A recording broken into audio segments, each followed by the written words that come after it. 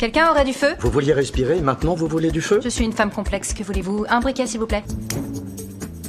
Morgane a senti une odeur de tissu brûlé, et grâce à cet indice, elle a aidé la police à résoudre une affaire non élucidée depuis 20 ans. Ce tissu s'appelait le tencel, une fibre artificielle respectueuse de l'environnement. Lorsqu'il brûle, son odeur ressemble à celle du bois en combustion. Or ce matériau N a été fabriqué qu'à partir de 1985, ce qui signifiait que le meurtre avait forcément eu lieu entre 1985 et 2025. Morgane a ensuite utilisé le code de sécurité figurant sur l'étiquette du vêtement pour retrouver le fabricant. Cette entreprise avait fait faillite en 2015, ce qui réduisait encore la période possible de 10 ans. En 1998, la Commission fédérale du commerce a imposé une réglementation, obligeant tous les vêtements à porter des symboles des entretiens sur leur étiquette, afin d'éviter que les clients endommagent leurs vêtements en les lavant chez eux. Enfin, le dernier élément de l'énigme est en fait celui qui manque.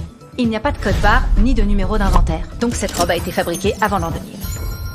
Pendant cette période, plus de 200 homicides avaient été enregistrés. Mais la victime Lena avait autrefois signalé avoir été témoin d'une fusillade. Il n'avait donc plus qu'à rechercher des affaires de meurtre liées à une arme à feu. Daphné a rapidement trouvé un dossier correspondant dans la base de données. Greta avait été retrouvée morte dans une ruelle. Son corps portait de nombreuses blessures. Mais il n'avait ni caméra de surveillance, ni témoin. Et l'affaire était rapidement devenue un dossier non résolu. Si la police avait rouvert l'enquête, c'était à cause d'un appel téléphonique. Une femme âgée nommée Lena avait déclaré avoir été témoin d'une fusillade, et que le meurtrier l'avait repéré. Mais lorsqu'ils sont arrivés sur place, Lena a nié avoir passé le moindre appel. Au début, Kara et Morgane pensaient que Lena avait été menacée par le meurtrier. Mais en examinant son téléphone, elles ont constaté qu'aucun appel de ce type ne figurait dans l'historique. Elles n'ont eu d'autre choix que de repartir. Mais quelques heures seulement après leur départ, Lena a été retrouvée morte chez elle. Tout semblait indiquer qu'elle était tombée accidentellement dans les escaliers. Mais Morgane ne partageait pas cette conclusion. Elle a remarqué une marque rouge dans le dos de Lena. Cette trace avait la forme d'une main. Il était évident que quelqu'un, avait poussé dans les escaliers. Raina était témoin d'un meurtre et le coupable l'a tué avant qu'elle puisse le balancer.